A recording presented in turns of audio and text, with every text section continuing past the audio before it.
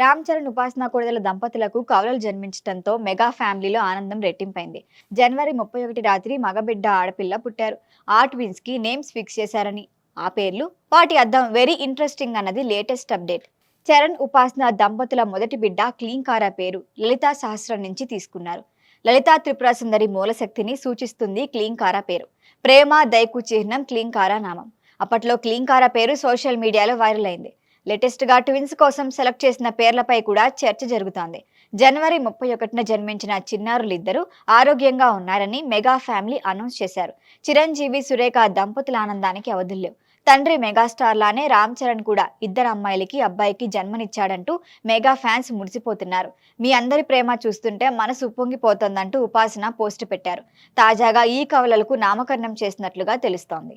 Social మీడియాలో viral అవుతున్న పోస్టుల ప్రకారం కుమార్తెకు అన్విరాదేవి, తనయుడికి శివరాం పేరు ఫిక్స్ చేసినట్లుగా టాక్. అన్విరాదేవి అంటే అంతులేని వీరత్వం కలిగిన శక్తి స్వరూపిణి అని అర్థం.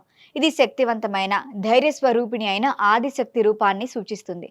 ఇక మెగా వారసుడికి శివరాం అనే పేరు పెట్టారు. చిరంజీవి చరణ్ ఇద్దరి పేర్ల నుంచి తీసుకొని శివ రామని, శివకేశవులకు భేదం లేదంటూ రెండు పేర్లు కలిసొచ్చేలా ఫిక్స్ చేశారు. ఈ పేర్లపై ఇంకా అధికారిక ప్రకటన రాలేదు, కానీ కవలల పేర్లు ఇవేనంటూ సోషల్ మీడియాలో ప్రచారం జరుగుతోంది.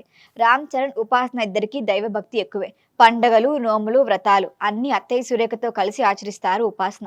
రామ్ చరణ్ మండల దీక్షలు తీసుకొని భగవంతుడి ఆరాధనలో మునిగి తేలుతూ ఉంటారు.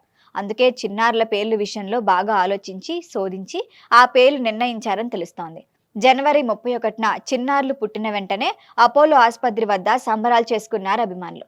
హాస్పిటల్ నుంచి డిశ్చార్జ్ అయి ఇంటికి చేరుకున్న తర్వాత అతి కొద్ది మంది బంధువుల సమక్షంలో నామకరణ కార్యక్రమం నిర్వహించినట్లుగా తెలుస్తోంది. సోషల్ మీడియాలో వైరల్ అవుతున్న ఈ ప్రచారంపై కొందరు మండిపడుతున్నారు. ఇప్పటి వరకు రామ్ చరణ్ తన కుమార్తె ఫేస్ కూడా చూపించకుండా జాగ్రత్తలు తీసుకున్నారు. వారి అభిప్రాయాలను గౌరవించకుండా, ఆ కుటుంబం నుంచి ఎలాంటి అఫీషియల్ ప్రకటన రాకుండా ఇలాంటి ప్రచారాలు ఎందుకు చేస్తారని ఫైర్ అవుతున్నారు.